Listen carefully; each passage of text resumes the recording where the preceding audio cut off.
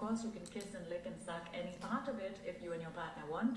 Most partner owners would perhaps prefer for you to focus your energies on this region, which is the clitoris. It can help to gently part the lips. You can do this yourself with your fingers, or you can ask your partner to do this, since you have easier access to the clitoris. People can hear it. It's too late.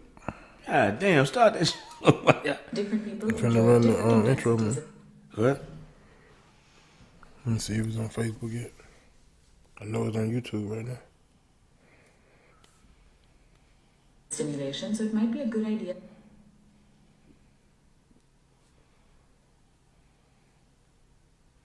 So are you able to save it? Yeah, it's live, man.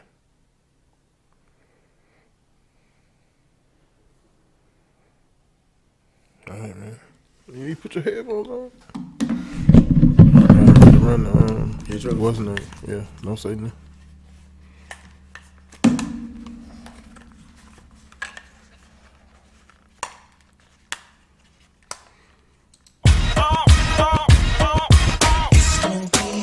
It's the Chris Miles Show, giving you a logical perspective, an intelligent point of view. The full 411. Live from LA, it's the Chris Miles Show with your host, Chris Miles.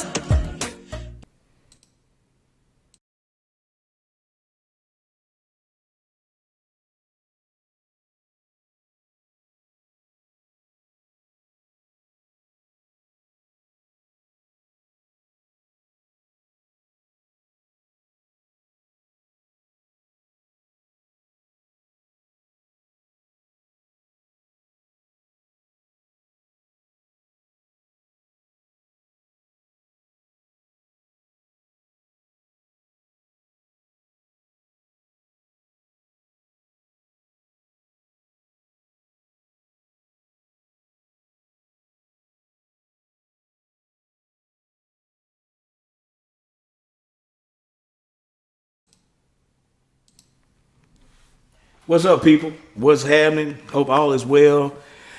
I apologize about the language used. Hope all is well with everybody. This is Chris Miles. This is the Chris Miles Show. Be sure to find the Chris Miles Show wherever you receive your podcasts, okay? This here is streaming live. We are in color cut clarity. 2 days before Christmas. I'm not in the Christmas spirits. I don't celebrate it, but we got a lot of things that we're going to talk about. I was just telling my producer, who's a diehard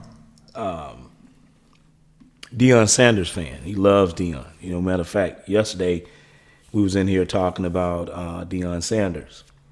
So I go to one of the local Costco's, and it was a white gentleman in there, and he was very disrespectful. Well, he had on Oregon gear, okay?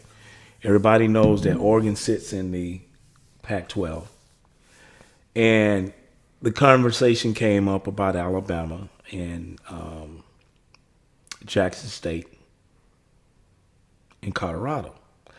I found it really interesting that this guy came in and he had on Oregon gear. Nevertheless, I had engaged one of the guys at the counter, and he said, man, we're going to see what Deion is going to do. And this white gentleman, took the conversation over. He's not going to do anything. He needs to go back to Jackson State, yada, yada, yada, so on, et cetera, et cetera. And my producer is a diehard Deion Sanders fan. He loves Deion, okay? And I was just telling him, he said, man, had I been in there, man, I'd probably put hands on him. That's how much he loves Deion. What's going on, producer? Ain't nothing going on. Man, can you talk up a little bit today, man? You still mad at me, man? Like yesterday? He ain't do nothing to me, man. No, I'm saying, man, you know, you had a little attitude, man, you know, with me, I man. I just proved my point, man. I don't think you proved your point, man. I think I disproved the myth. It don't make sense. Which I'm good at doing. Nobody explained what they wanted this man to do. Y'all saying, oh, he got to win the Celebration Bowl. Okay, I mean. So that was okay. The coach that won the Celebration Bowl, why he ain't get no big time offer? What you mean? I'm saying, I don't know. I mean, I don't think the guy that won it was pumped up like Coach Sanders was. I'm saying the dude, his track record speak for itself. What you mean? So I'm just saying, saying, really and truly, you have to put these things into its proper perspective. I just never seen so many of our people want to see somebody downfall. But don't want wait, hold on. Just because he went to a predominantly white school, I'm just saying, man. I'm saying, when have we ever stuck together? That man got children. He getting all his children scholarships. He potentially finna get 2 of his kids to the NFL, and his daughter, and he making his oldest son. He making him money by, you know what I'm saying, let him run the social media. He taking care of his family to the utmost. So everything he's done, he's bringing his kids along. Plus, you know what I'm saying, any other black kid or, you know what I'm saying, that comes along that he can mentor. So I'm just saying, man. Jackson State, they didn't treat him right. And don't know HB. I'm saying the HBCU is like, it's pretty much, I'm saying, just be honest, it's like a black business. Everything I'm saying just like Umar said, he been trying to get his school done for the black boys. He had, like he admitted on the Breakfast Club, he had to go get white contractors to finish because the black contractors, they wouldn't do the job right. And that's sad. That's sad to be a part of that. Everybody came from us. We intelligent. We invented damn near everything. We built this whole country, but I'm saying we lackadaisical when it comes to business. Let's do something for correction since we're back on this topic for a short term. This is a problem. No other nationality out there today. Okay. Oh, let me just say this. This is Chris Miles. Welcome to the Chris Miles Show. Like I say, be sure to find the Chris Miles Show wherever you receive your podcast. You can find us on social media, Instagram, Facebook, @ I am Chris Miles, TikTok, Twitter, I'm Chris Miles. Okay. So you can find us on those social media conglomerates. Okay. Did you put the number up there? No, Okay. So the number will be on the screen. And it's sad that I don't actually know the number by heart. We will take calls. Not at the moment, but we will. The phone number is, listen up, area code 310-933-9923. Once again, the phone number is area code 310-933-9923. Okay. Back to the situation we were talking about. Deion Sanders, or we're talking about what black people perception is in society. Black people are, and this is what we're talking about today, the destruction of the black family. Primarily relationships between the black man and the black woman, or once upon a time coming up, when we had less, we had the family unit. Now we have more, and the family unit is depleted completely. There is no more black men marrying black females. Okay? Well, we're going to talk about all of that, but back to the subject matter at hand. 310 what? 310-993-9923. Okay, that's the phone number to reach us right here, right now, in real time on the Chris Miles Show. Also, too, we do have a 1-800 number. It's 844-481-0200. Okay? 844-481-0200. So you can reach us on any one of those numbers there. All right?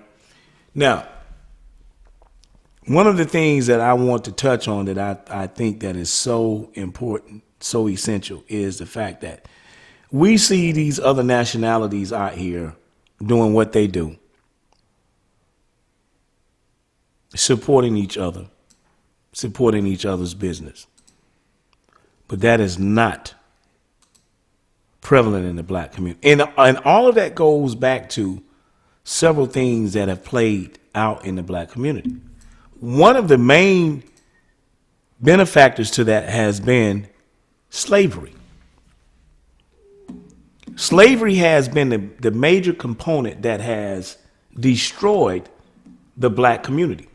Like, the things in the black community is non-existent at this point because we have literally been destroyed. So my producer said that Jackson State did not take care of Deion. I have not from yet anybody has explained to me what do they mean by they didn't take care of him. So did he not get paid for his work? He didn't receive a paycheck. He put more of his resources in than what they gave him. Okay, so let me ask you something. I want to ask you a question. I'm saying they had a deal. They had a little deal in his contract where if they sell out what it was 70%, something like that. But if they sold out 70% of the tickets, I guess, of the ticket sales. I'm saying his son filmed it, showed that every ticket was sold out, but they saying they only sold out 28%. Where the rest of the money went? Okay. Where his cut? I'm Okay. just saying, man, fugazi. Well, it seems like he was dealing with a bunch of dishonest people. I'm saying he built that school up, man. So this is the question that I want to ask you. What? Are you dishonest? I didn't know. Okay. I don't think so. You don't think so, right? I think I'm pretty honest. Okay. Okay. So, especially when it comes to somebody's money, business. Yeah, I'm A1 when it comes to business. Let's put it like that. When it comes to somebody else, me dealing with somebody else's money, and me following the contract, yes, I'm very honest. okay, cool. So, this is the point. You know, I agree with what you're saying to a certain degree, that black people do not stick together, okay? But there are certain things that has happened, be that of slavery, okay? And one of the major problems in the black community that we still have not been able to put our fingers on has been that of what Martin Luther King did. Martin Luther King was more destructive to the black community than he helped the black community. Yeah, and that goes into today's topic, the destruction of the black family. Yeah, right. Mm-hmm. Okay? Y'all bear with me for a second. Yeah, bear with him for a second.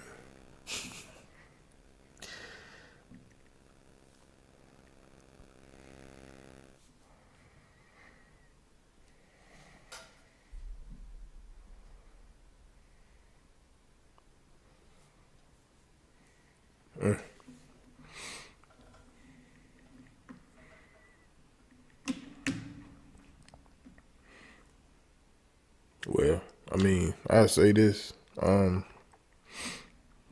mean, people, they try to talk about the dude and bring him down.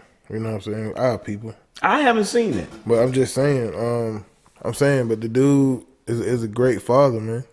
He leading his boys, you know what I'm saying? Whether his boys make it to the NFL or not, he teaching them the ropes. He teaching them business. And, he raising his children by his side at all, you know what I'm saying, at all times. And we lacking that in our community. We lacking real leaders. We got a lot of these women want to be leaders, and you know, women have great ideas, but as far as just leading the household, is out of order. It's not right. It's you know, some women have to do what they got to do. You know, they have to, you know, because there's a lot of low down men out here too. But that's just a good example of a good leader. LeVar Ball, you know, he married outside his race, but as a father, that man, he got all his kids made it to the NBA just like he said. And you know, and dude, you know what I'm saying? He's a great leader. He leads his family. He makes the final say so. I mean, like even in the news, Master P and Romeo spoiled. He spoiled. He was wrong for what he did to his daddy, but his daddy helped a lot of people. He helped a lot of people to come from zero to get to where he's at. His son did not take heed. He didn't, you know, he was spoiled. He didn't take heed of what his daddy was trying to show him. But that still ain't take away from him being a good leader. So this is the essence of the conversation, right? To what you're talking about, why black people don't primarily stick together. There are a lot of reasons why they do not stick together. Yeah. Those things are essential because in the process, we were destroyed. Like I say, slavery destroyed and broke us. Okay? Right. And all of the things, this is something that I've often said in the process of things dealing with stuff in life. Pain is passed down. Our people were never debriefed. They were never to the point where they said, listen, you guys, let us debrief these people before we put them back out here in society to function as a people. None of that ever happened. None of that ever happened. And the consequences of what you see today is what you see today, basically. So there's a lot of, let me give you a perfect example. Let's take the situation that happened over at Alabama State when Jackson State came or went to Montgomery and they played Alabama State. Yeah. At the end of the game, somebody said, well, the guy yesterday called in and said that Jackson State, Deion was trying to run do the point spread. Okay? That's what did he not say that? Yeah. Okay. So, what's his name? The coach there at Alabama State, Eddie Robinson, was in his feelings. Walking through, you know what I'm saying, the players and all that. Shit, that's an intimidation factor if you ask me. You know what I'm saying? That's strategy.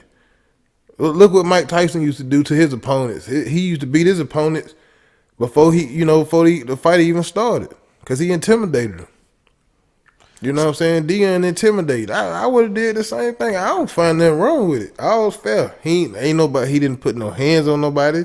He ain't well, I mean, you can call it disrespect, but you know what I'm saying? At the end of the day, after we battle, we should be able to embrace each other. Y'all lost. You know what I'm saying? Y'all was in the game, but they came back and they beat y'all. I'm saying, what I don't get it. That sounds like some female stuff to me, man. Sound like you got raised by a single mother, man. Well, point spread or whatever. It sounds like you got raised by a single mother. This is the thing. We need to get into it, man. So the point is what I'm saying. I get what you're saying about what you're talking about. I'm just simply what I'm telling you is there have been a lot of components that have played up to the magnitude of error that you see that has formulated in the black community. And no one has addressed it. No one will address it. No It's one. like the system is, our main concern is to get to acclimate into something that has been destructive.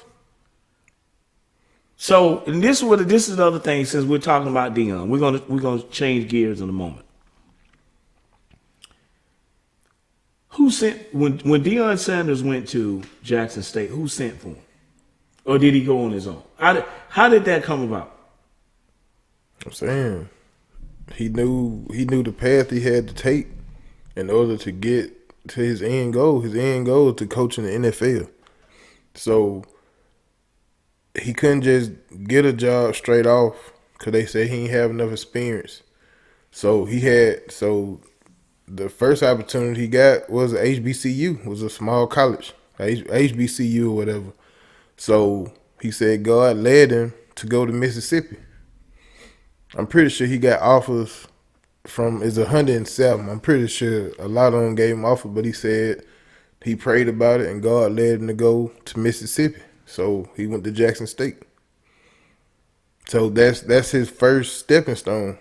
Now he leave Jackson State. Now he going to Colorado. Okay. So if he do good there, you know what I'm saying? You know, then he can reach his final goal. So he's basically using programs to get to a certain plateau in life. Is that what you? Is that your I'm saying, I mean, what? I allegation? mean, it's your wording ain't good. I'm saying when you get a job, you start. If you get a job at McDonald's, you want to stay the fry cook. You don't want to move up to manager. I'm saying why he can't move up to the highest point and get paid the highest amount? Why do he have to stay? You know what I'm saying? I'm saying what Jackson State paying him $150,000. He was making $150,000 because he was giving most of it back to the program. So why would you? He pretty much coaching. He coaching for okay, fun. so this is what you I'm pretty saying. much coaching for fun at that point. This is what this is the issue. Ain't no growth. Okay, this is You what I'm saying. you got other coaches that you responsible for. They making $30,000-$40,000. I'm saying it's no money. The cost of living going up, inflation. I'm saying you putting in 12, 15, 16 hours sometime. You gonna do that? You just gonna do that for the rest? You ain't gonna want to make no money. You gonna want to make the big bucks if you can. That's crazy to me. That's crazy to me. I'm saying, even in my situation, my job, I've been there for a while. I'm good at what I do, but you know what I'm saying? If I get overlooked so long, I can't stay there. I gotta move on. Because I want to do better for myself. Right, I understand about the growth factor. So why can't he grow? No, I never said that he can't grow. But I like the conversation we had on that issue yesterday. Man, y'all want the man to grow, man. No, Y'all the conversation want that him to die in Mississippi, man. This is the thing, man. This is the thing. If I point out to you certain things that I'm claiming to do, and if I don't do those things, then it's not necessarily truthful what I have alleged to do. Man, he did everything. He did everything he said he was gonna do, man. He said them boys were gonna become winners, man, and they is. They became champions.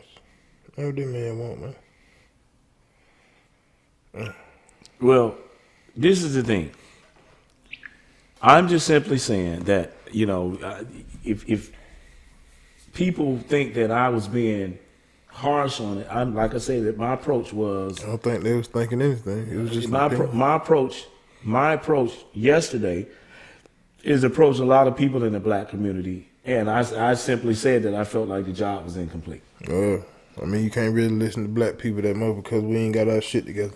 Well, I mean, we ain't got our stuff together. We ain't united. Well, like a lot of those things that you speak is true, but a lot of Umar went public and he had a big opinion. Umar went public and had a real, you know what I'm saying, huge opinion. You know what I'm saying, that a lot of people heard, and black people won't help him get his school together. And he all about black people. Well, a lot of people don't Everybody, believe him. I'm just saying. A lot of people see him as, unlike Dion. I'm saying. Well, this is the point. Unlike Dion, a lot of people see him as being something other than what he proclaimed to be. Well, so when you have that, there's a form of skepticism. So a lot of the stuff going on with him is a form of skepticism. That's what you're doing. The more to the story, nobody's squeaky clean in this world. I'm just saying, I've given money, the little I can to help support a school because it is a good idea. I agree. But I'm just saying, we can't even come together to do that. I agree. So if I'm saying, I guess you would say, it's like you turning your back on it. But if I do this, I put my life works in to try to help my community and make my community better, and I'm not getting support, I got to go outside my race to get support. I mean, at some point you'll be like, whatever. So I got to worry about what's for, me and my family. If I can help somebody along the way, I will. I won't turn a blind eye. But at the end of the day, I mean, we ain't got our stuff together.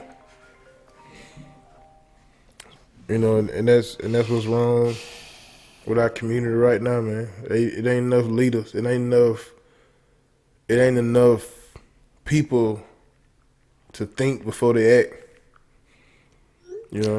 It's a lot of guys being raised by females, so they act on their emotions. They don't act with common sense or try to be calm and make the right decision and measure twice and cut once. A lot of people, a lot of young guys just do things. Yeah, because that is a theory that you and I use, because it equates to perfection. Okay, but how many of these this is the thing. What I'm telling you, okay. So you listen, everybody out there that's hearing Chris Miles on the Chris Miles Show voice, right? He's making my point through his argument. This is my thesis. This is the point. Deion Sanders went to Jackson State. Deion Sanders said he was going there to help the kids.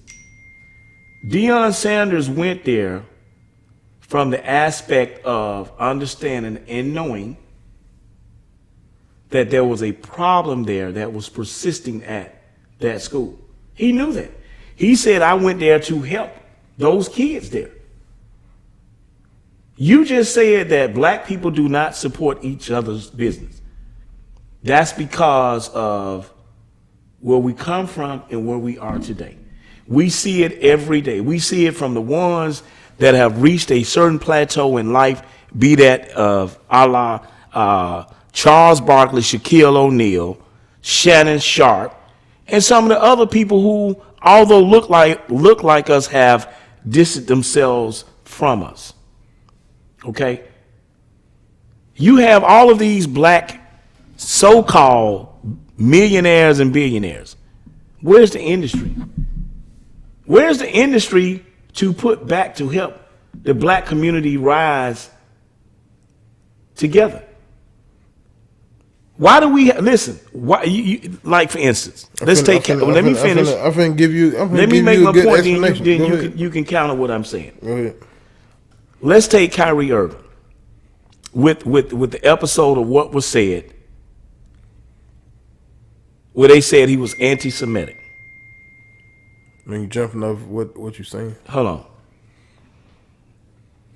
on. Let me do this.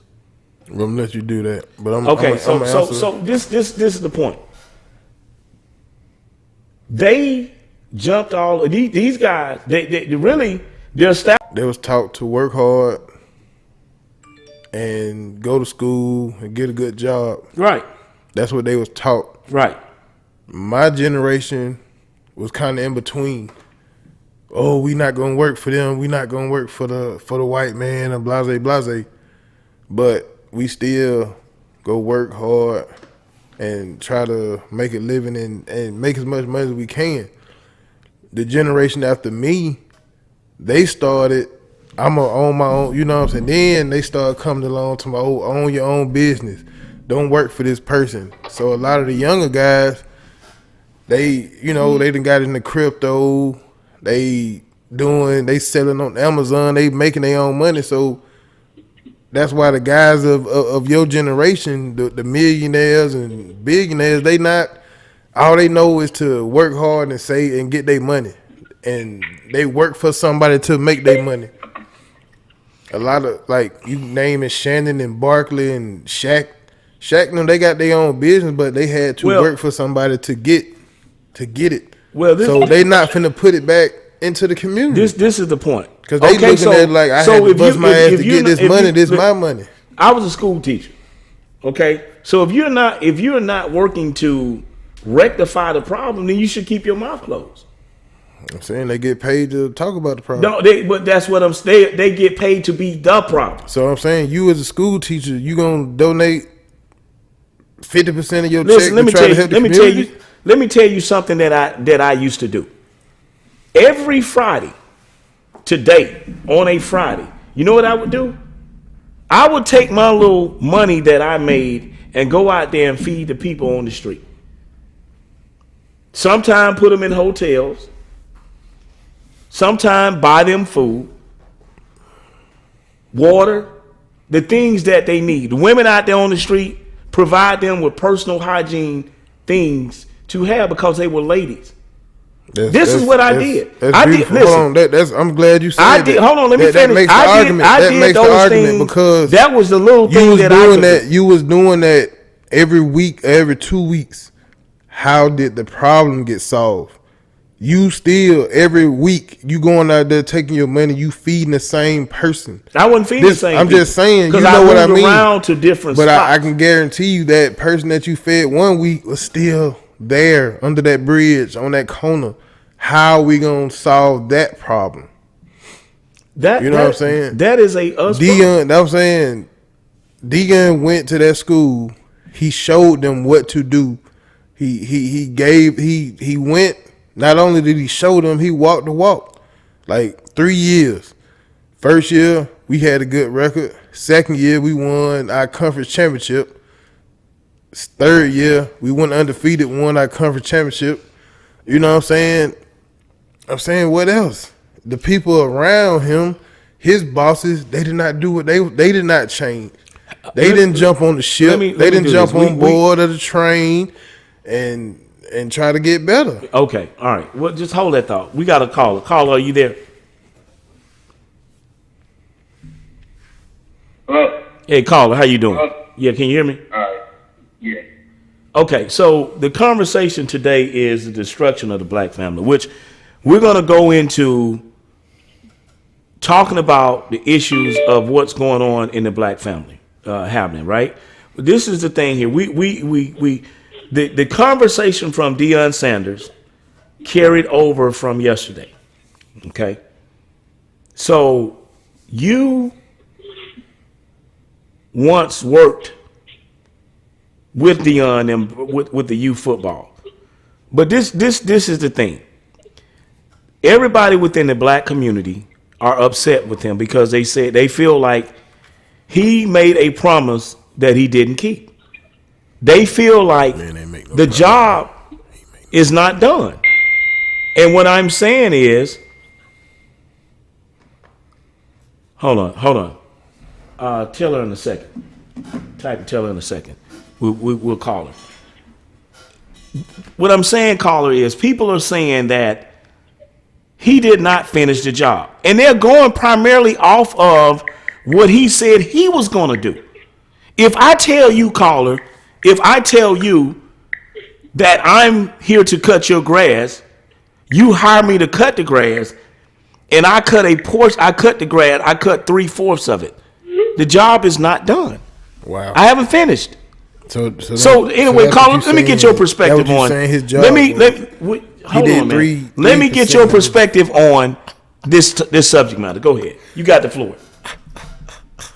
I don't blame him because it depends on what the contract was, what agreement y'all came to before you started the job, and that's what the problem is. We don't know his contract and the pros and cons, so we read his contract and see what he agreed to versus what he wouldn't agree to. Then I think a lot of people have a better understanding. They just giving out the simplicity of it and then expect Exactly. contract that may not have been fulfilled on the other side as well. Yeah, we don't know exactly what's going on. Well, this is the thing. If you watching somebody dog and the dog keep What's your take on it? I mean, what's your feel on it? How do you feel about this thing with if Deion? you babysitting somebody's child We gotta be real with our own people. and the child keep biting you, You deal with this. Let me step away for a second. you eventually will get tired of babysitting that child. You always have, look at Clark Atlanta, Morris Brown. Oh, All yeah. these HBCUs always have, Alabama State always have financial problems. Oh yeah, And the financial problem, the problem is that nobody wants to hold the person or the people in the finances accountable for what misusing funds. So if you paying a man $300,000 when he done brought way over 150 million to a town that ain't even worth 150 million. exactly. And all you gonna give him is $300,000 out of that. And the only reason Jackson State even relevant is because of him.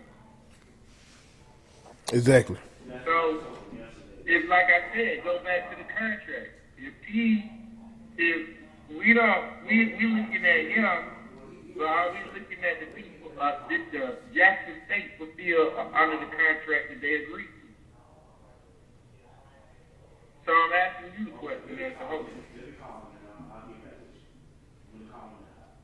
That's what I'm saying. Hello? Yeah, we still here. He stepped off. Yeah. He coming right back. The Jackson State under their contract. We quick No. to accuse Deion, but what if Jackson State didn't give him his percentage of what he brought to the school? Exactly. I'm just saying, man. You get tired, man. So, Carla, let me ask you something. Who's at fault at this point? Do you think? So my experience is I don't think- usually the school. I don't Dude think. just gonna get up and just leave. Deion wasn't broke when he got there.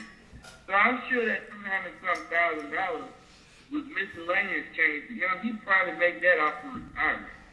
But I'm saying, you're not gonna let somebody use you off your name. Deion can go and do this in any area and still bring in amount of revenue because it's him. So do you support the move that Deion made? Yeah, wholeheartedly. Why? Because, like I said, we only talking about him. We have not discussed the contract that Jackson State fulfilled that end of the bargain. And if I understand, based on my 20-something years in dealing in these type of programs, no, they didn't. No. You can go to a youth league. I could go to a youth league, and they're gonna do the same thing. They're gonna want you to come in, get all your revenues, bring your money, and it's not gonna go out down. They So gonna it's right. more to a sport than just actually playing the game. Stuff has to. There's a lot of politics that people don't talk about, and the problem with Deion and that school is that Deion was bigger than the president of the school. That's another topic because the president really had a problem with Deion, and Deion felt like, hey, I'm bringing in this money, I can do what I want. The president of the school was like, nah, you can't do this and that. They were trying to change it. They was bumping heads the whole time. Really? Yeah. Man. Well, let me ask you this question. Speak on it. Because here, when they had the bowl game last week, fans were talking about it, and eat at the popular restaurant next to where I get my haircut. Fans were talking about, and that's what they were saying. Deion and people from Jackson State, from who had to attend the school, they were saying that the president of Jackson State was bumping heads with Deion because he wanted to control it. And Deion was like, nah, he went with that. So Deion's problem was that he was bringing revenue to the school, and it wasn't getting divided properly. So this is what I'm this is the thing I'm saying. Okay. In order to rectify a problem, this is what people don't understand about the judicial system, the court system. The court is there to handle contracts. People don't even realize when they get a ticket or something to that nature, it's a contract. The court exists because it's there to handle disputes of contracts. So what I'm saying to you, caller, is this: was this stuff not contractual before Deion entered? I mean, everybody's talking about Jackson State messed over Deion. Everybody's in their feeling now. Nobody know anything because whatever dispute happened or whatever happened, Deion has not illustrated anything, and the school has. So at this point, somebody, I would like to see some paperwork because you're getting his side, and Jackson State hadn't really said anything. So why did he leave? I mean, if I was Jackson State, I wouldn't say nothing to me. I'm not already property. They got what he wanted out of him. Like I told you, Deion and the people, the president, had problems. That's the part that's not being told. So he hadn't came out and just blasted on Jackson State. He just said, man, instead of doing all that crybaby stuff, I'm just going to leave.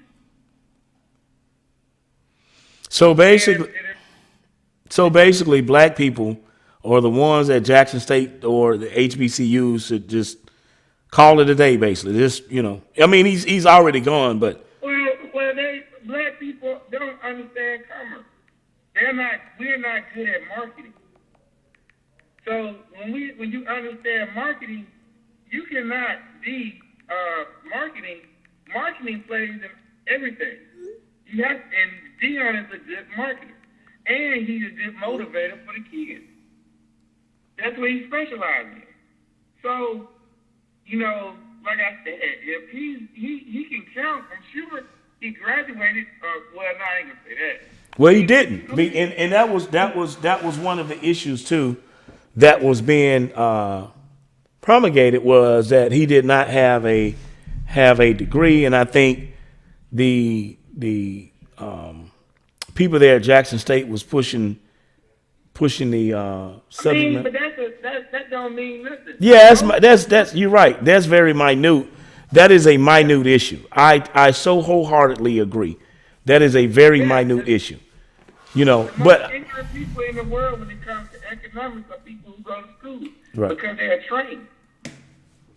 And like I said, we have to, if we understood the contract that, and I'm gonna just be real. Like, we're talking about contracts and you talking about the court system, right? Right. Like, the problem with us, we do this homeboy system with everything. And the homeboy system don't work. Yeah. Meaning, oh, you black, I'm black.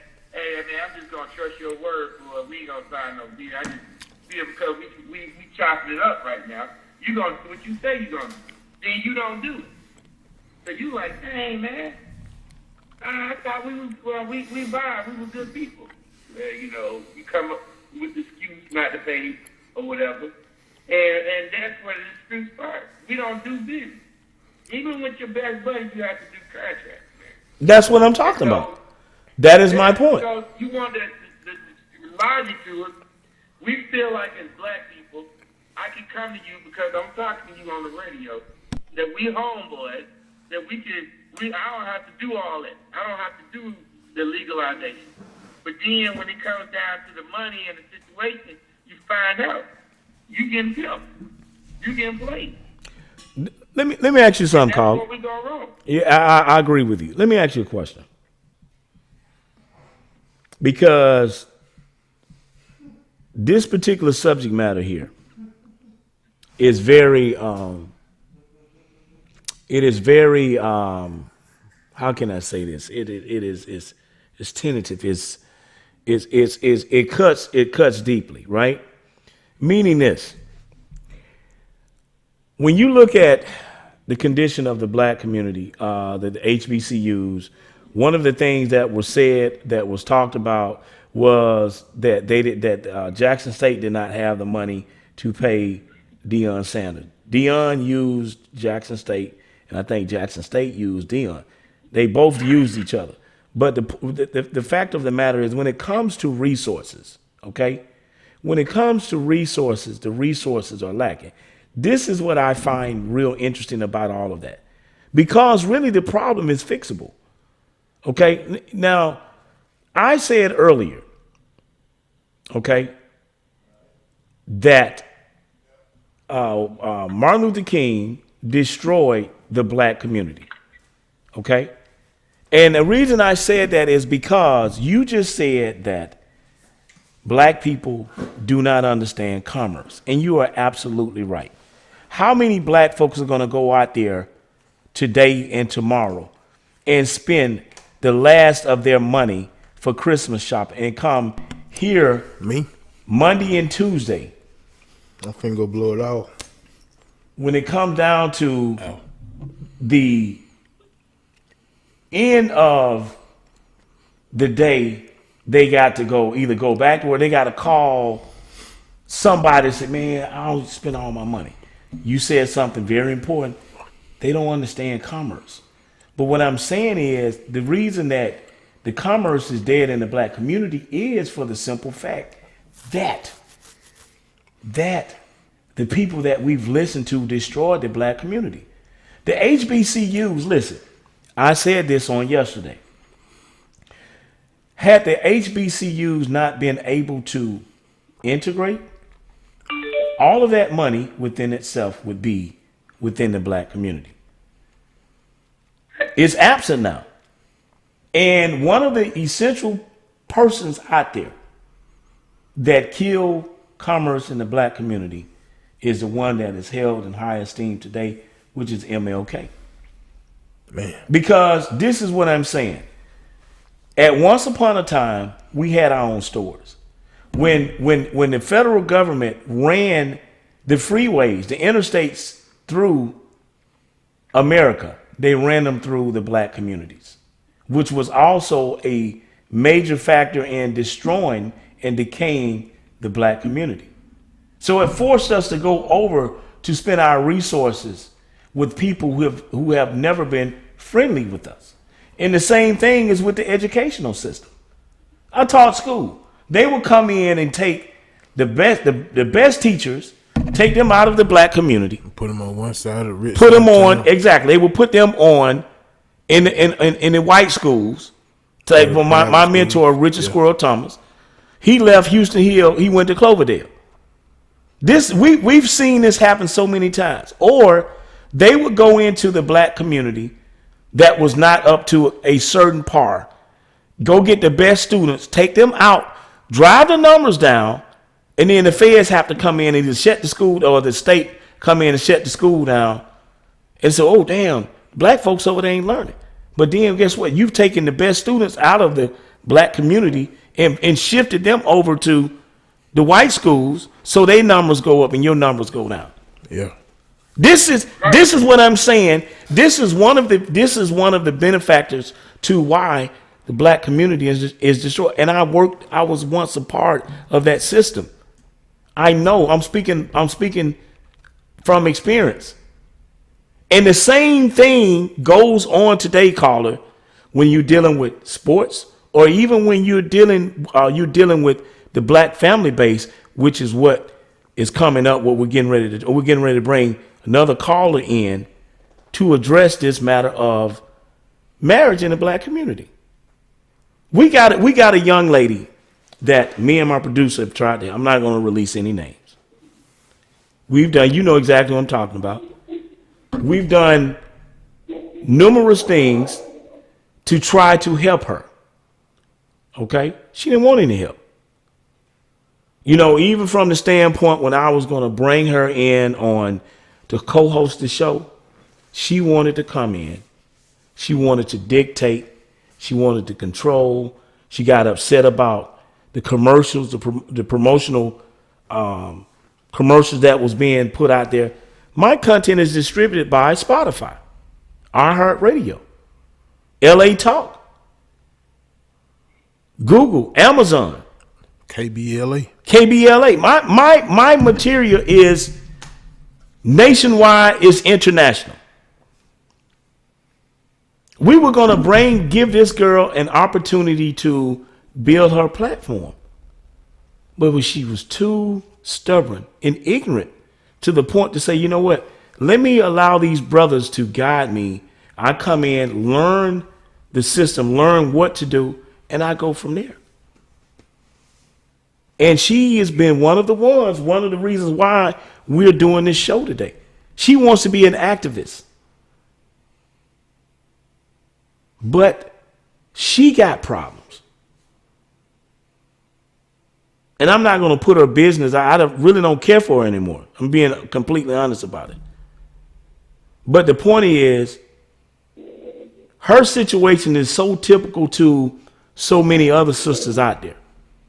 And they're the first ones to go out here and say, you know what? I want a king. I'm looking for a husband. But you don't know the proper role of being a woman. Then you have a situation where you've gone out here and you got multiple baby fathers. So you take me, you, the producer, somebody else come into a situation where a woman has gone out here and she's given her ideals and her body to another man, and she got kids by different daddies. What am I supposed to come in and tell another man's seed? How am I supposed to acclimate into that scenario? Will her kids see me as daddy or just another man that she's brought into her home to lay with her? These are essential things that's one of the reasons equate to why our community is destroyed. And with all of the technology out there today, caller, we shouldn't be in these predicaments. I'm gonna give you the last word. Go ahead. Yeah, you're right. But we don't hold people accountable. There's no accountability. So just as quick as we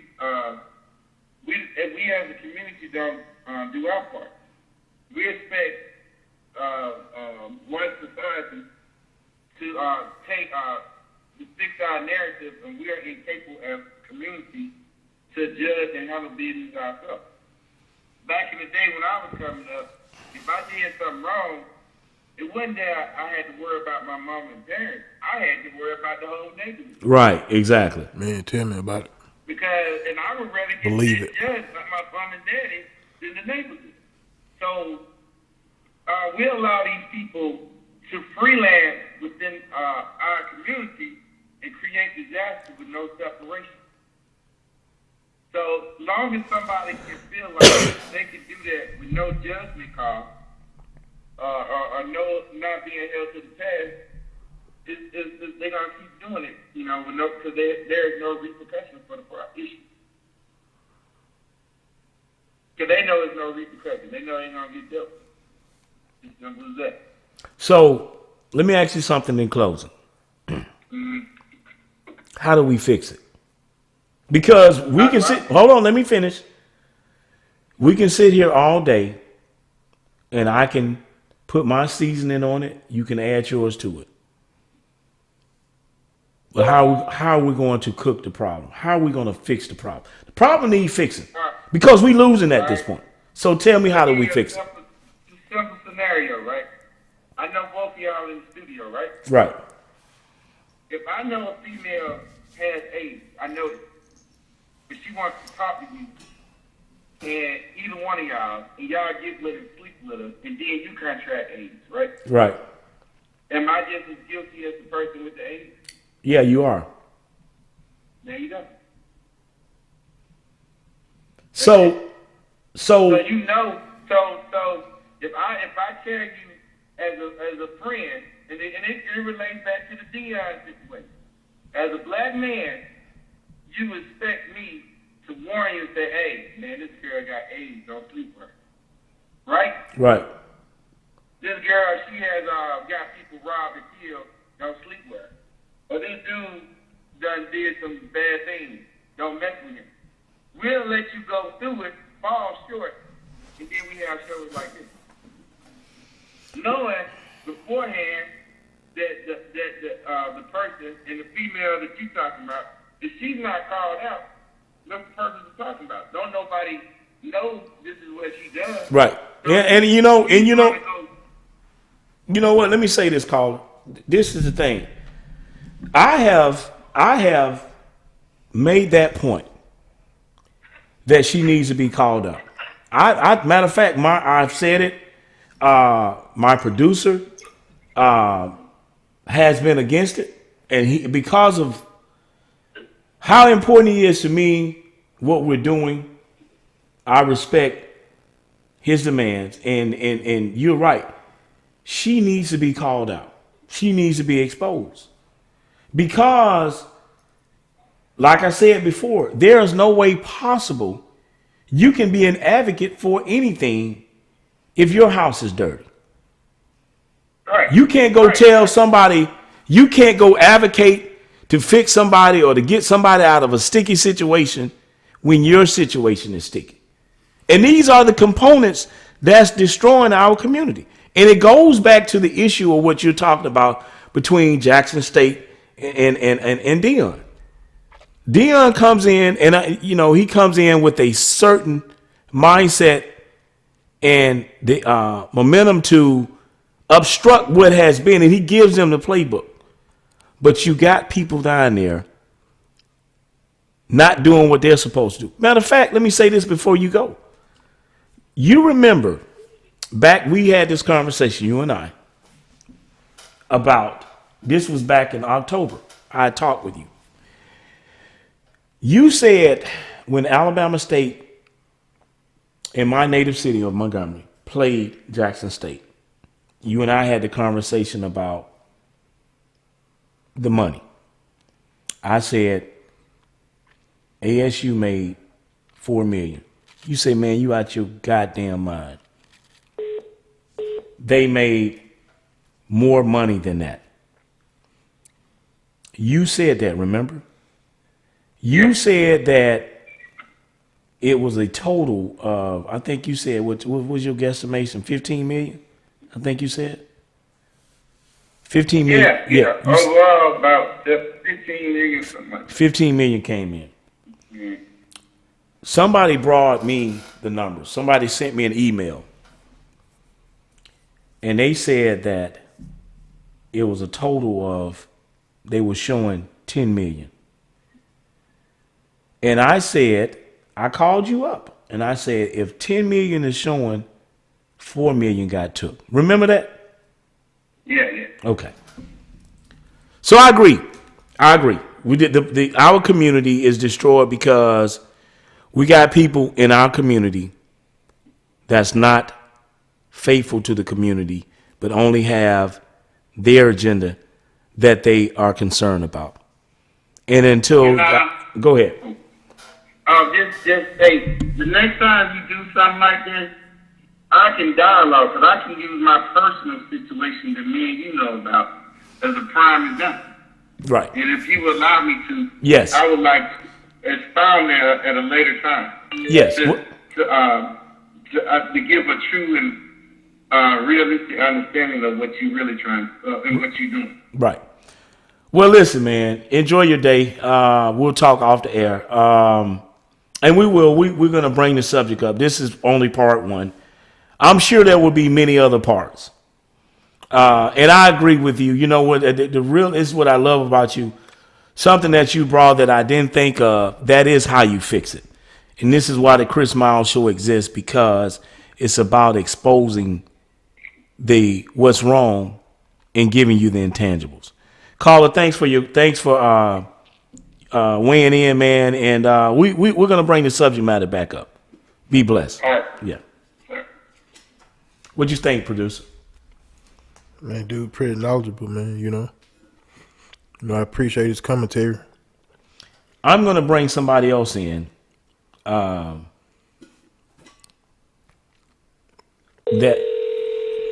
I'm calling right now.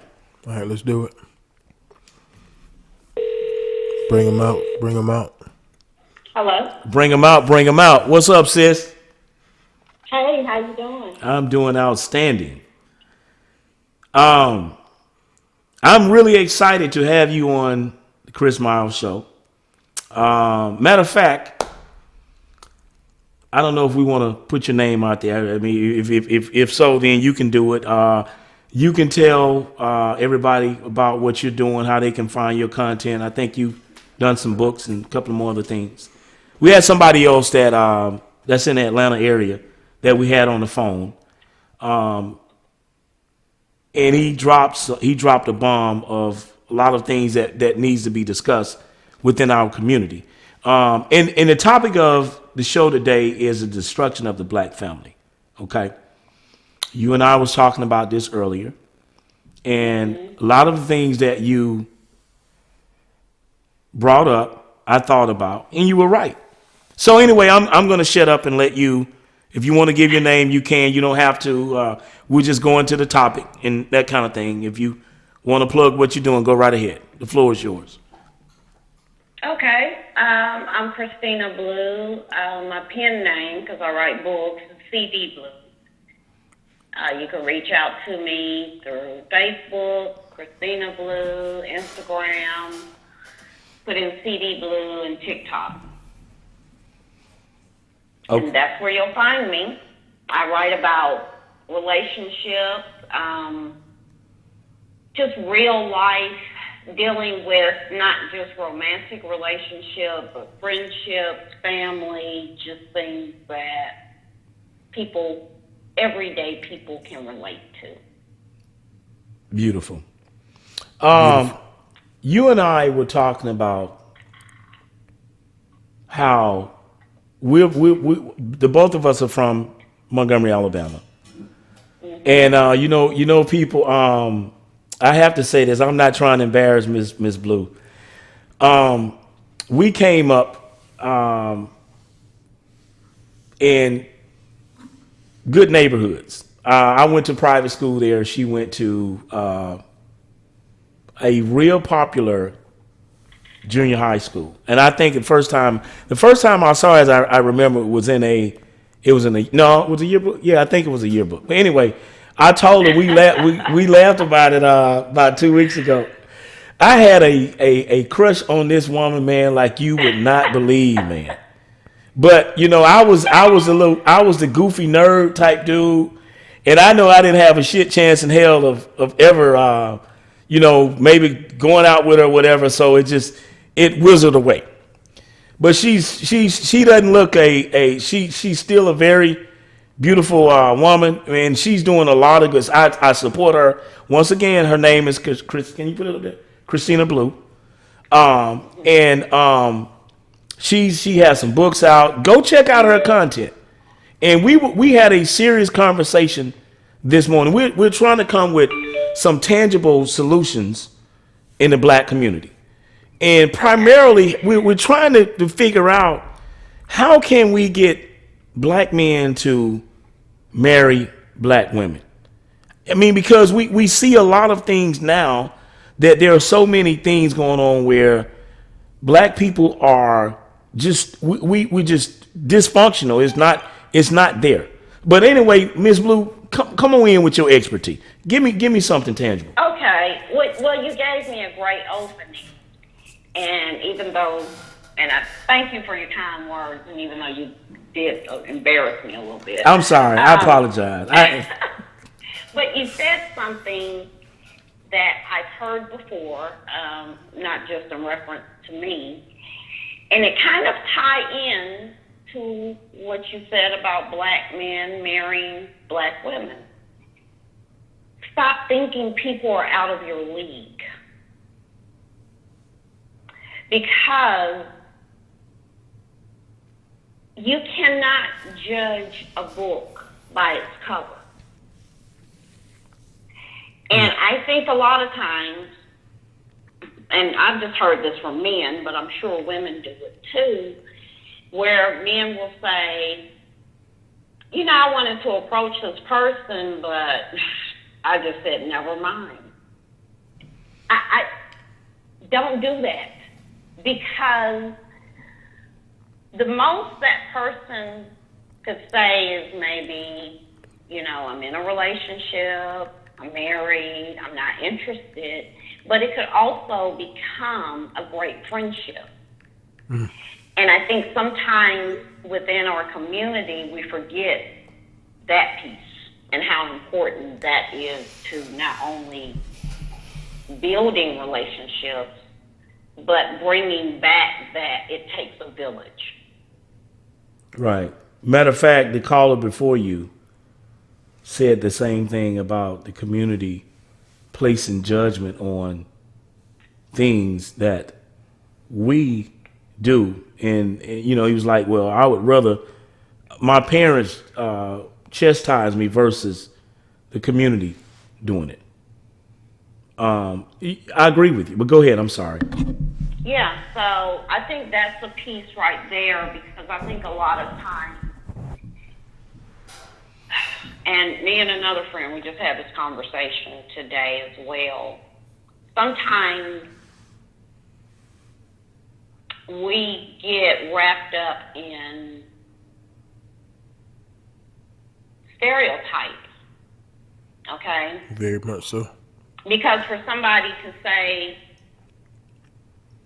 if I see somebody and I'm like, you know, that's a good looking man, and he looks at me, now I'm not good at flirting, and I don't know how to approach people, but I'm gonna give a little wave. I'm gonna shoot my shot. I'm not gonna ever say, well, that person's out of my league. I don't care. It could be the president of the United States. If you single and you catch my eye, I'm gonna try. And I think that a lot of times we also have this perception of what is shown to us in the media. And you know, you and I talked about this. Right. And we just have to get away from those preconceptions, because the one thing I've never liked is I can't look at somebody like, say, if there's somebody who has a certain occupation, and say, oh, I bet they do this, that, and the other, just because that's associated with that occupation. I think we really need to step away from that, because that's no better than racism. You Miss Blue, let me ask you a question. I'm glad you know, you and I, you said some really good things. It's still, I don't know, maybe the light there. Okay, there we go. That's better. Well, okay. Miss Blue, let me ask you something. This is what I want to ask you. I see a lot of professional black women, okay? I will see professional black women will not give a common black man an opportunity. He could be the best guy in the world. Maybe he don't make the same type of money that she makes, but she will overlook him and go to a guy that's no good. Okay? That's no good.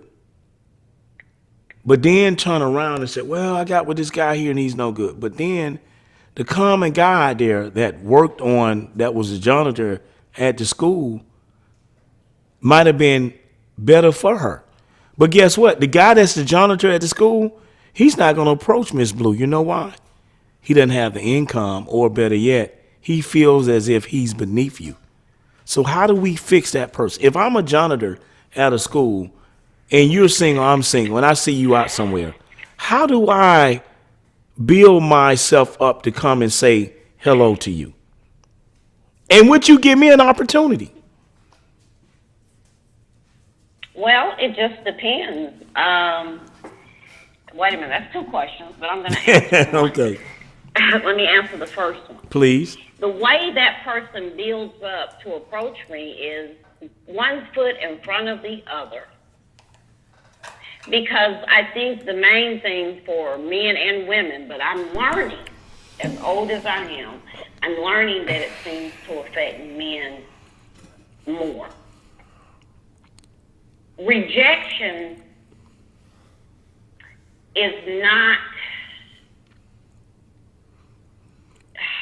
not make you lesser of a person or lesser of a man or woman, okay? Rejection is something we have to learn how to deal with in life. Now, for me, if I'm approached by a guy who's a janitor, well, him being a janitor is not what's going to be the deciding factor for me to say I'm not interested. Because if he's approaching me, say we're at a gas station or, restaurant or whatever, how would I know he's a janitor? That's not going to be my first question. So it's all about in the approach because, as we talked earlier, I'm a mental person. Right. And I don't care about anybody's money except for my own. Because the one thing about it is if this janitor approaches me, we have great conversation. We go out on a few dates. It's not like once he says, well, I work, as a janitor or maintenance at this and that place, I'm going to be like, ooh, no, sorry, wrong person. Because that's not my personality. But if we don't hit it off, if the conversation is off, if it could be many factors. It could be something for him or I that's, physical. The chemistry might not be there, but would I reject somebody just because of their job? No. Okay. Because when I look at relationships and people, and I think this has been a problem here lately that I see on social media platforms. Women get the bad rap of as if all women are looking for somebody to take care of them. Maybe some of them, but that's not all of us. Me personally, I just want to be with somebody who's self-sufficient. So what's your terminology of self-sufficient? I mean, what do you mean by self-sufficient? Meaning what, working or what?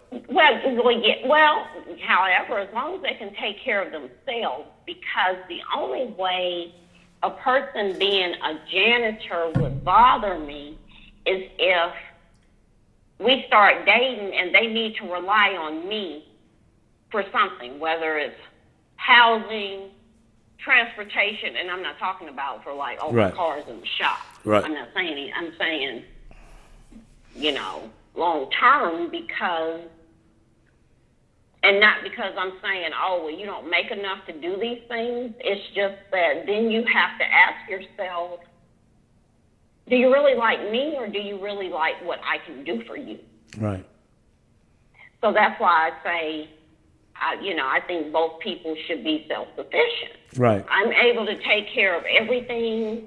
How can I ask you to say, hey, can you pay my light bill? Well, your first question should be, well, how are you paying it before you met me?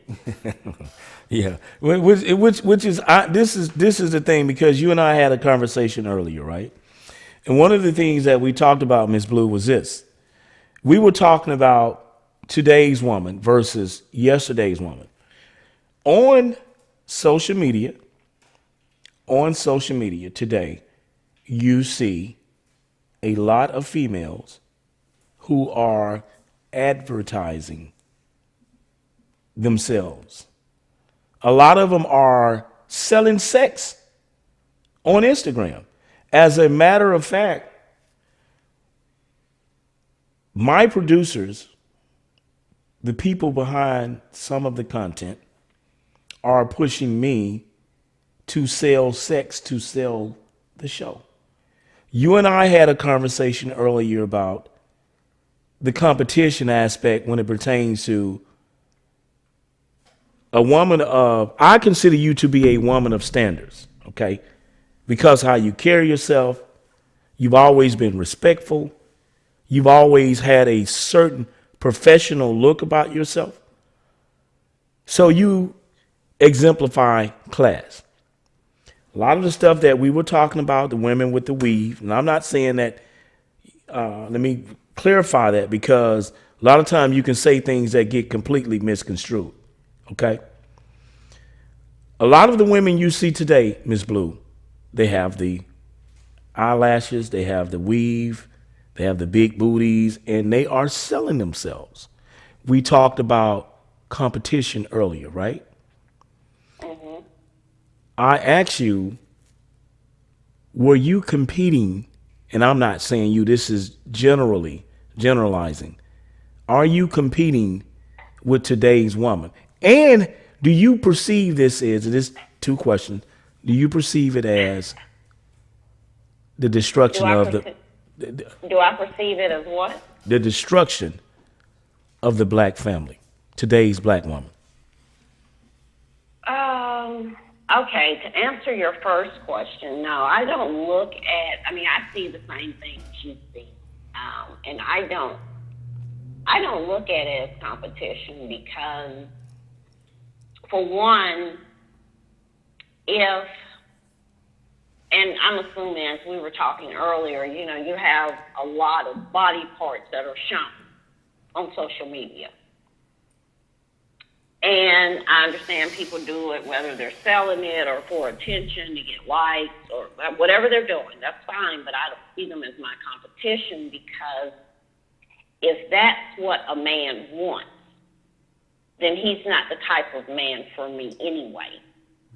I don't have a problem with showing skin, but it's certain things that I feel like should be just for my mate to see. There are just certain things that are just for the person that I'm intimate with, that I'm in a relationship with, or, that there are just certain things I feel that way, and not just for public consumption. Right. So I don't feel like that's competition. And I also wanted to say, which you wouldn't know this, it's not just women. Uh-oh. Yeah. So I'm sorry. It's not just women. Women are more open because you can go to their page and you might see that. But men sometimes do the same things. I can't tell you how many times I have gotten unsolicited, did not ask for, didn't even get a hello, how are you doing, picture of a man's private part on social media in my inbox. Wait, hold on. Wait a minute. Hold on, back up. You BSing me, right? No, Hold on. Wait a minute. Wait a minute, Miss Blue. Wait a minute. You didn't tell me this. So you're telling me that some random guy that you don't know, you haven't communicated with, sent you a nude photo of himself? Okay, yes, because it has come in separate. It's not just one instance, okay? And if anybody out there's listening, well, I'm not.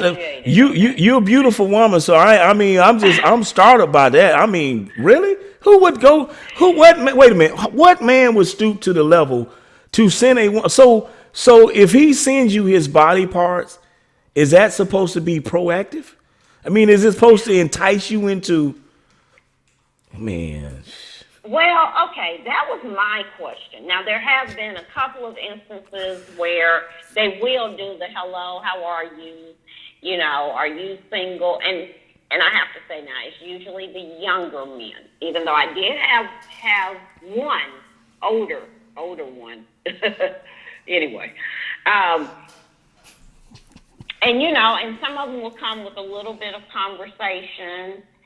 And then it's like, well, no, you know, because usually I'm like, no, you're a little bit too young for me. And then, pow, it's like, wow.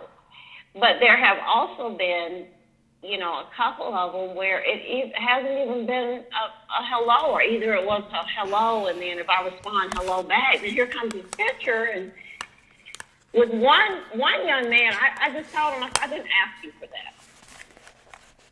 Yeah, I just didn't. You know, he just caught me on the wrong day, and I was like, I didn't ask for that.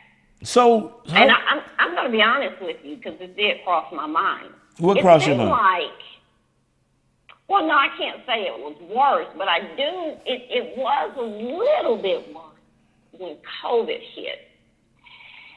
And I was thinking, I said, you know, a lot of states were shut down, and I said, these guys must need somewhere to stay, you know. I mean, I couldn't figure out why they were doing it. So I was like, maybe they're thinking this will entice me, and I'd be like, hey, why don't you come here? And then next thing you know, 5 months later, they're still here. I don't know. Wow, man, that's crazy, man. So it's not just the women, and that kind of leads into your second question. I think it has a little bit to do with it, but I really think a lot of it's so much that has come into the destruction of the black family, but where it comes into play with what we're talking about is people, and this is just my opinion, I don't think people take time to get to know people before they get into this intimacy, because I have heard stories and seen stories, because I'm on a few groups right in social media where people have met, had obviously unprotected sex that led to a child. And then after the pregnancy occurs is when they realize, you know what, we're not a good fit. And I think that people are trying to move too fast, you know. They're not taking the time to get to know one another. It's just so much into the destruction. People don't see it as, I don't think people understand, because a lot of times you don't see things until it's in hindsight.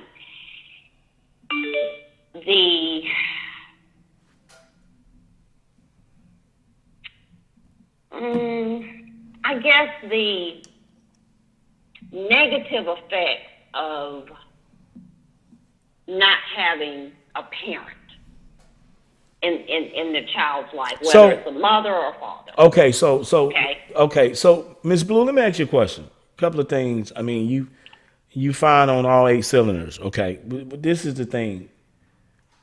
You said that. We know that if there's a child comes from a 2-party parent household, that there should be a form of structure. Am I correct? When you agree to that? Versus. Yeah. Okay. Well. Oh, all right. Sometimes. Right. That's why I said I kind of worded it the way I did. The internet today. Okay, we was talking about the competition aspect of today's woman.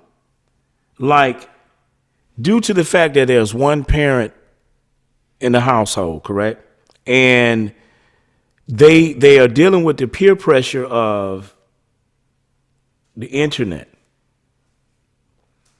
I think it are the major components here, even with the guys, even with these young black guys out here. You hear it in the music. I mean, everything is just, it's like it's a rush. It's like guys meet females on social media. They meet at 5:00 Eastern Standard Time. At 6:00 Eastern Standard Time, they're intimate. There used to be a point in time where you conversated with the individual. You got to know that individual. And what I'm saying, I know that everything in life evolves, but I think for us, with all of the things that we've experienced as a people, as a race, all of these things are so destructive. It's not counterproductive anymore. You know what I'm saying? Like, this is why I was asking you. You and I talked about so many things earlier. And my whole thing is, Ms. Blue, is to fix the problem. I want to see couples get married. I really want to see this. Like we were talking about HBCUs earlier. Okay. Other people of other nationalities and other ethnicities don't have the problems we have. We got to work on fixing the problems in our community. I think what you're doing is an excellent thing. That's why I want to help you grow your platform. Because I see it as an essential fact in changing the mindset. You know, a lot of these girls today, Ms. Blue, they don't think along the lines of how you see things. And it really and truly is dangerous. I mean, really, when some of the things that I see, we were just talking about something earlier about a young lady. I told you about her earlier, and I'm not going to put her name out there. But I told the people connected to this show here, because they know her, and she was also supposed to be connected to this show. I do not want to deal with her because she lied to me. But not only did she lie to me, she came off as one way and turned out to be another way. So this other person who's also in the Atlanta area, he said, we have to expose her. So my thing is, do we put her business out there? Because right now she's doing something that's very, there's a plus side but it also could be very detrimental.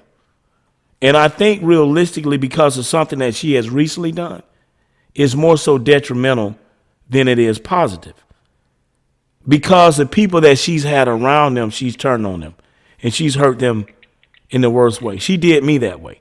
And the only thing I've never tried to engage her in that type of way, but just to be somewhat of a mentor and a friend. And this is the thing. We see so much masculinity in these females, and we see a lot of femininity in a lot of the males.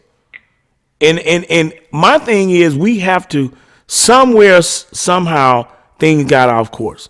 How do we fix it? I want to fix it. I want to use this platform to fix it. We see a lot of these guys out here today. These kids are growing up. Deion Sanders said he went to Jackson State to fix black kids there. That's what he said. My producer got mad with me because I say he didn't fix them. He worked on it, but the job is incomplete. Now, if I'm wrong, correct me. And what I'm saying is, it's not Deion's problem.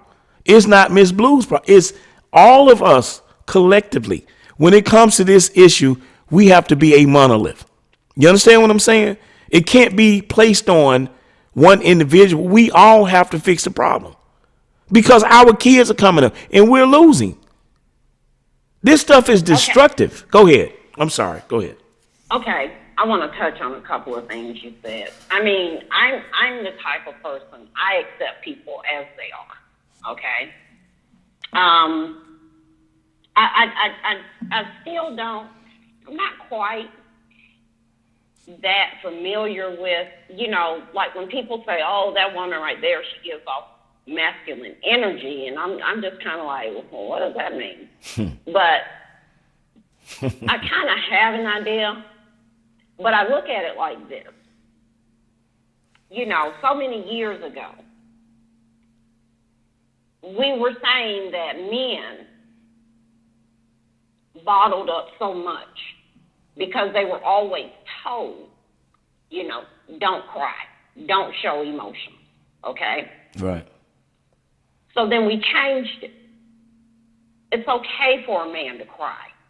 It's okay for a man to get in his feelings or be emotional. In that it, okay? Okay. Mm-hmm. Okay. Now, for women, I think this masculine energy, you have to look at it like this. It still goes down, it still goes back to the destruction of the black family, because if you're a single parent, which I've been a single parent before as a woman, you have to kind of gain some masculine energy, especially if you're raising boys. Raising children, period. Because on one side, you have to be what you're made to be, is the nurturer. Right. But then if you're by yourself, and I'm not saying, because there are a lot of fathers who are involved, let's say they're not there in the household 24/7. Right. Then on the other hand, you also have to be the disciplinarian. So that's another side. Then you have to deal with everything else in the world, and a lot of times as women, as we try to move up in our careers, certain careers, you have to show some masculine energy, or people will walk over you. And maybe it's harder for some people to turn that off in their personal life. I don't know. I don't know. Nobody, thankfully, and they might have said it behind my back, but nobody's ever really told me that I have this masculine energy. But I know I do, because I've had to use it with raising kids and in the work. Okay, well, hold that thought. Let me ask you a question. I'm glad you went there. This is what I want to ask you, right? Do you show that masculinity toward a man that you date or you was involved with? Would you or have you? Or how do you turn it off and expose the feminine side of a woman that you are? I'm curious about that, because that is and you're laughing, but that is the problem today, Miss Blue. This is what men. You and I talked earlier. Men are talking about that today. This is why. Okay, Hold on. I'm going to give it back to you. Let me get this out. Because black men are going to marrying women of other nationalities. A black woman would be quick to say, he don't want to deal with me because I'm a strong black woman. What they consider to be strong is exemplifying masculinity. Men don't want that. So men go to women of other nationality, be that Caucasian, Asian, or what have you, because there is a disconnect. Women are supposed to allow the man to lead them. Now, you got the floor. I want to hear this. Okay.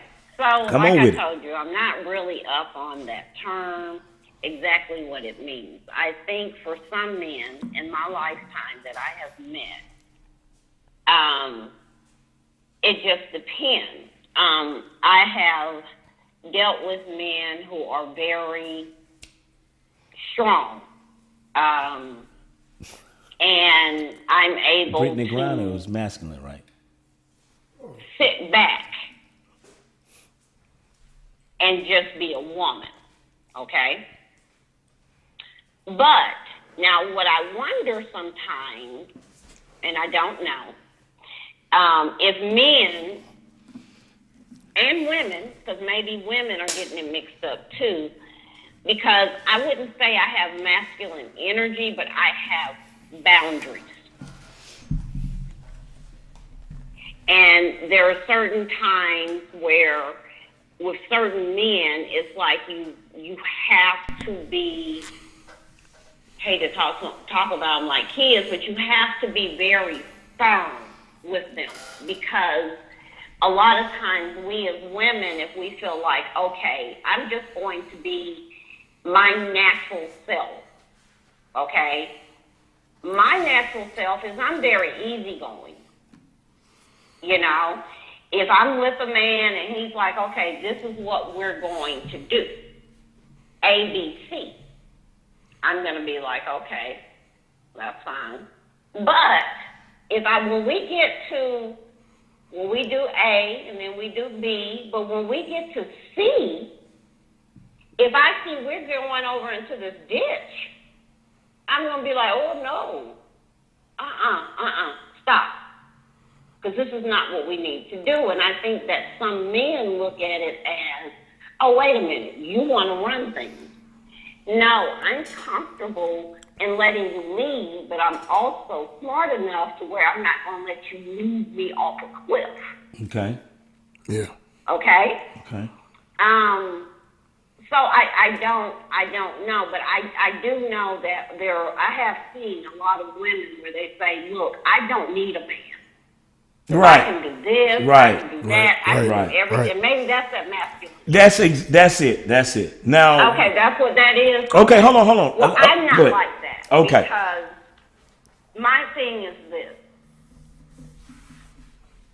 I would never say I don't need a man. I can exist without one. Okay, hold that thought. Okay, I'm finna give you some questions, and I'm gonna give it back to you, and we're gonna wrap this up. I'm glad you went there. Okay, you got it. Yeah, that's beautiful. That's beautiful. All right, so let me ask you this. Nowhere in any other ethnicity of women out there in society today, you will ever hear them say, I'm a boss. I'm independent. I don't need a man. I take care of my business.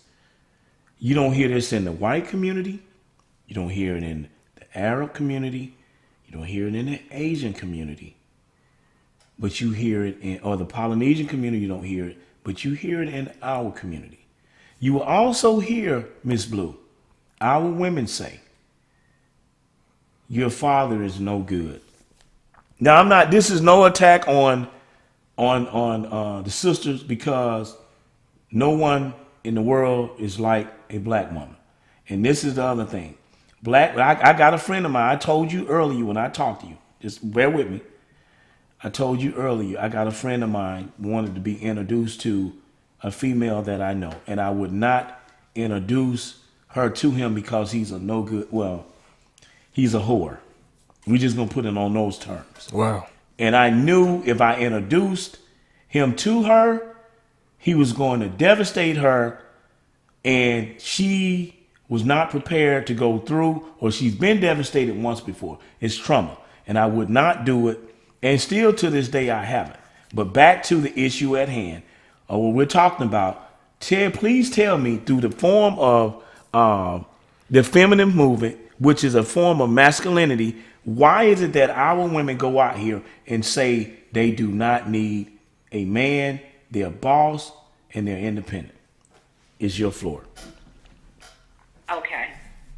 I think there's a couple of things. One, like the other cultures you mentioned, you don't have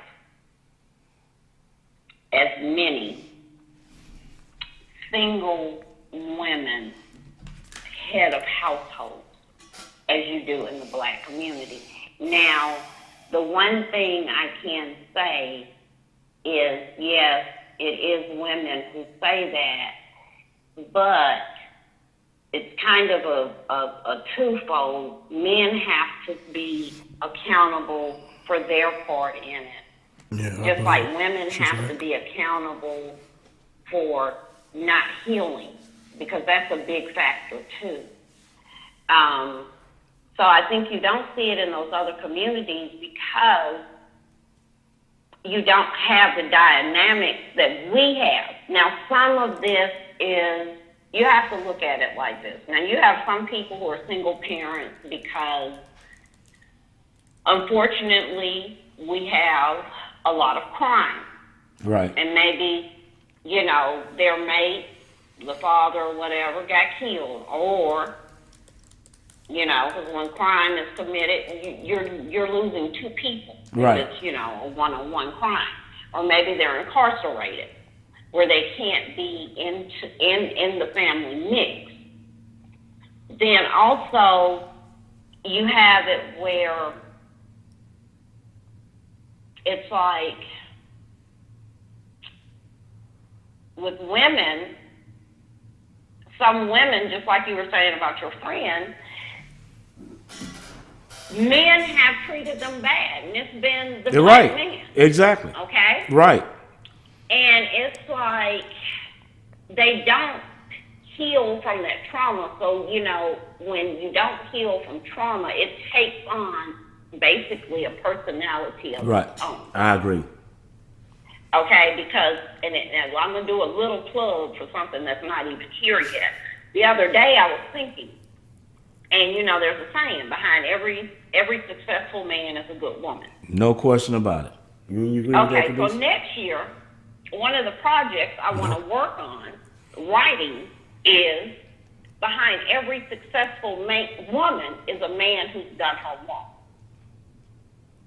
Because sometimes, unfortunately, you have women who, and it might just be a bad decision, you know, okay, so they pick guy number one, and he treats her bad, okay?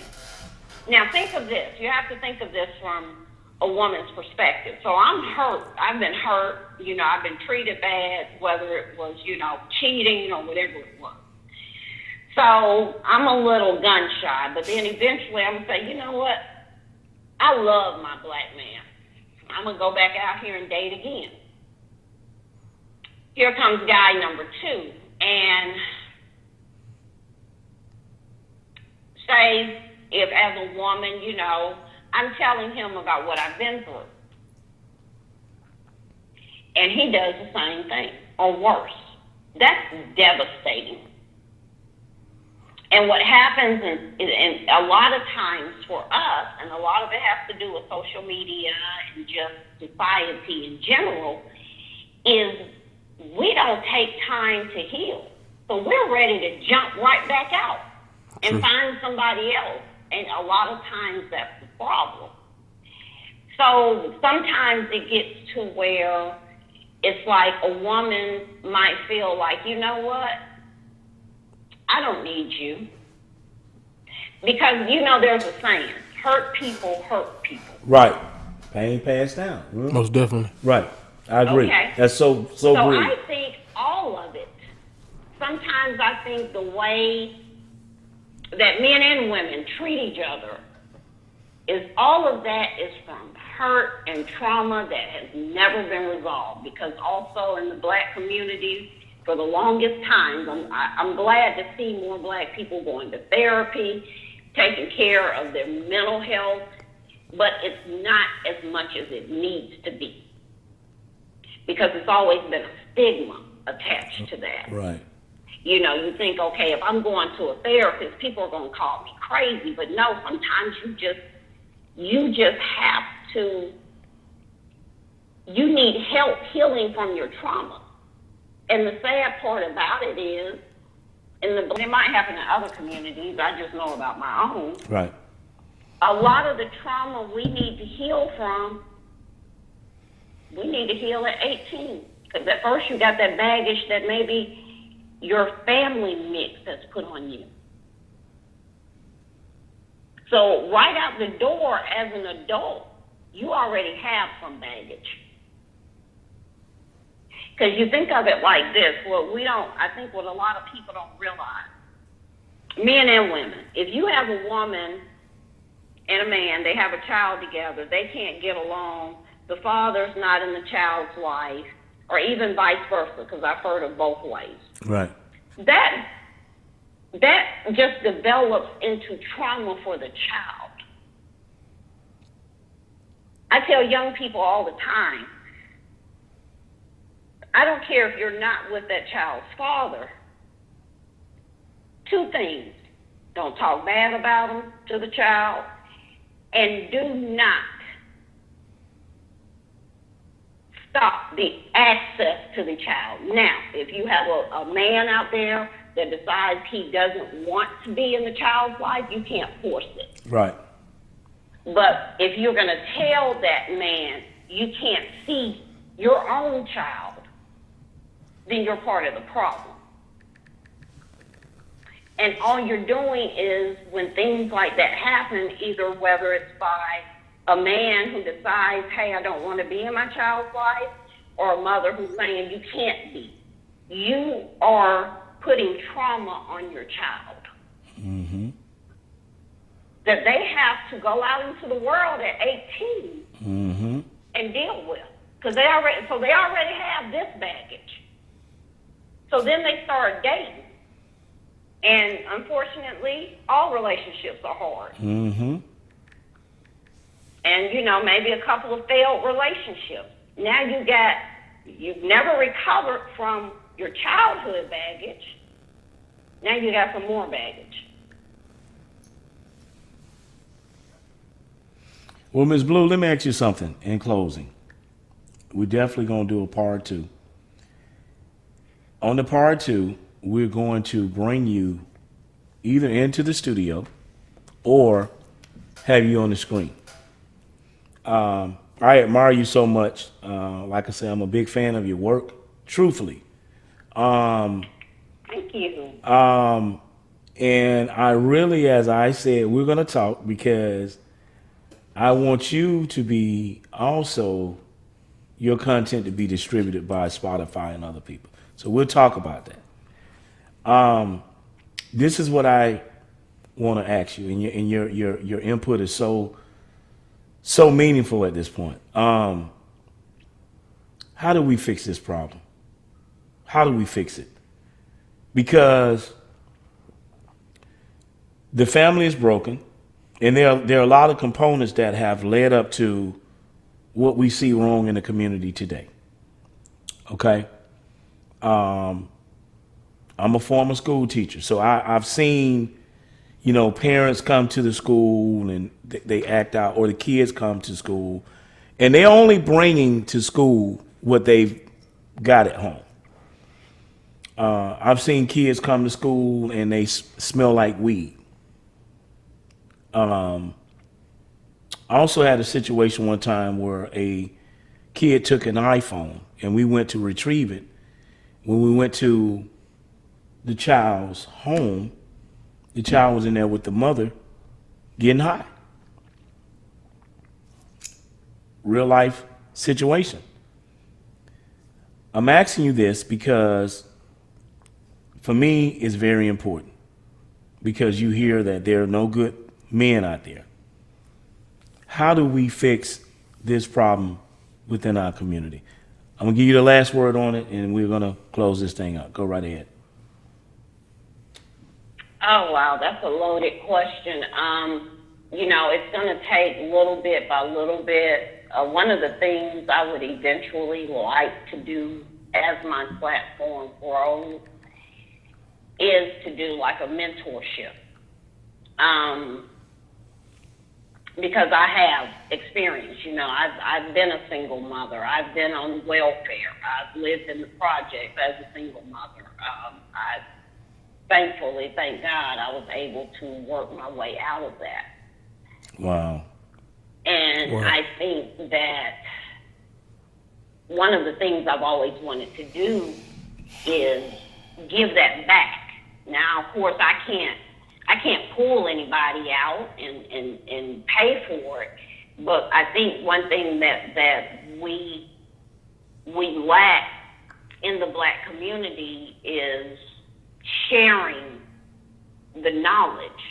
Mm-hmm. And we have so many platforms now, we have social media, but a lot of times what gets all of the attention is, you know,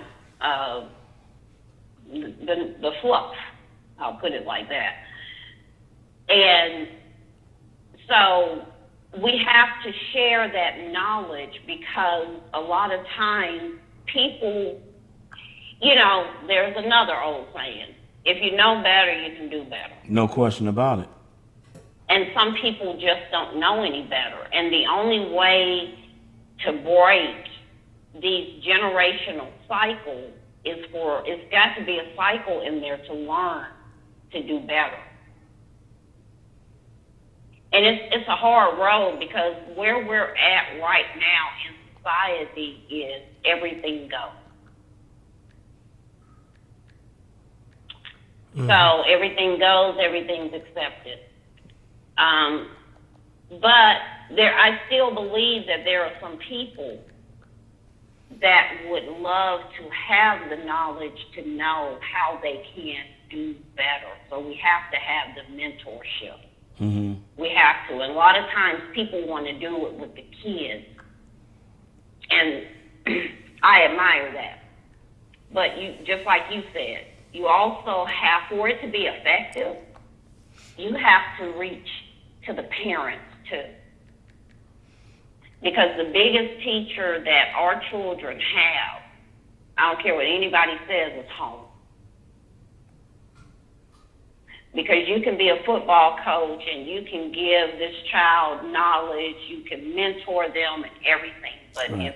if nobody at home, if they have to go back to that same environment, that everything opposite of what you tell them, that's going to have a huge impact. That's going to be more impactful than the time you're able to spend with them. And that's how so many of our younger people get off track. We've heard it through ages. Well, even with Little League, that young man, he could play football. Next thing you know, he's selling drugs. He's in prison. Right. Or dead. Right. That's because of the huge impact that his home life has had. Because we will mentor the young kids, but if we're not mentoring the parents, Mm-hmm. it's a losing battle. Yes. That's just my thought on it. Wow. I hate to part ways with you. I really, truly do. Let me ask you this before we go. I want to get your perspective on something. And I want to thank you for being a part of the Chris Miles Show. And we will do a part 2 with you. So just so you know. This is what I want to ask you. You are aware of that Deion Sanders parted ways with Jackson State, correct? Yes. Okay. What's your take on the subject matter? Because as we're talking about the destruction of the black community, we know financially that a lot of the HBCUs do not have the resources, financial resources that the white institutions have. That's by design. It's for many, many reasons. But a lot of that, as far as what we know and the things that are being said, do you support the move? Because remember, you just said that it's about a mentorship. I seem to think that the job there was incomplete because he said something. If I tell you, Ms. Blue, that I'm going to do A, B, and C, and I only do A and B, and C is not completed, I haven't done my job. What's your take on that matter? Well, I kind of have mixed feelings because, for one thing, I'm not a huge football fan, so I got as much information about it as I could through my own research. So right. I kind of have mixed feelings. And of course, as always, my concern is always the younger people. I'm not too concerned about what he didn't do for the HBCU, okay? Okay. And I'm going to tell you why. And I know that the HBCUs don't have the funds that other colleges have, but they need to go and do a root cause and find out why. Because a lot of, not all of them, but a lot of the HBCUs have created their own issues. Okay, but that's another show. When I found out about, he had basically convinced a lot of these young people not to go to D1 schools to come play under him. Mm-hmm. I got a little hot about it because I said, now this isn't right. Because if he knew that if another opportunity came that he was going to leave, Mm-hmm. he should have let those kids go wherever they were going to go for what was best for them. Mm-hmm.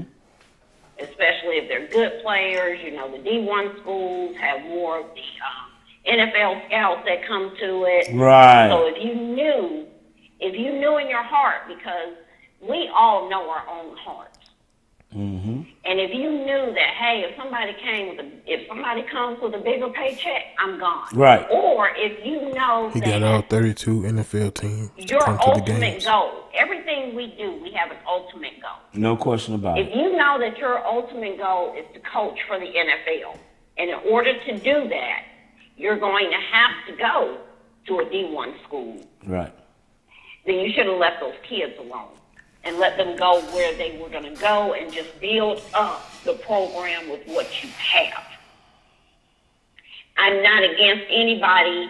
If his goal is to be a coach in the NFL and if this is the route you need to take, I can't knock him for that because that's his goal. But I can knock him for convincing those kids to reroute themselves for him, and then he leaves them hanging. Right. Because if they have scholarships, they come to Jackson State with a scholarship. Well, now they can't go to wherever they were going to go with that same scholarship. Mm-hmm. They can. I think they have to go into some kind of portal. Yeah, transfer My portal. research. Right, Like I said, transfer, right. I'm not really big on the football. So that's where I say I have mixed feelings, because if he is doing what needs to be done for his goal, I can't knock him for that, but leave the kids out of it. Because just like we were saying a little while ago, now they got some more baggage. You know, those things like that create trust issues. And that's not right, because that's a child. You know, it's just like you and I. Mm-hmm. And you could see a 19-year-old, 20-year-old, they think they're a man. To me, that's a child. Mm-hmm. No question. They need the Yeah. tutelage of the parents. No ifs, and buts about it. I agree. Right. So I completely understand people being angry. But like I said, my concern, the thing that made me a little hot under the collar is when I found out about the kids that he had rerouted from other schools. Mm-hmm. As far as what he did and what he didn't do for the HBCUs, that's a whole different topic, because there are a lot of things the HBCUs need to get straight within themselves to get to a better point. Because there's no reason, really, with or without Deion Sanders, the HBCUs, a lot of them, are still at that point of where they're like, well, we just don't have the money. Mm-hmm. Some of the reasons they don't have the money are internal. They have nothing to do with the Deion Sanders or anybody else. Yeah, I mean, you know, let me say Well, this. some of the HBCUs, yeah. Right. And I think you and I both know that in a lot of time, not just, you know, singling the black institutions out, but a lot of them deals primarily with the fact that a lot of the resources are taken. They're stolen by the people we have entrusted to, Right. you know, take Do the care. right thing. Come on now. Exactly. And I'm gonna close you with this. Go ahead, If sis. you ask me to say, okay, you know, just like we started off, the destruction of the black family. Mm-hmm. To me, the biggest thing that has destroyed the black family is the love of money.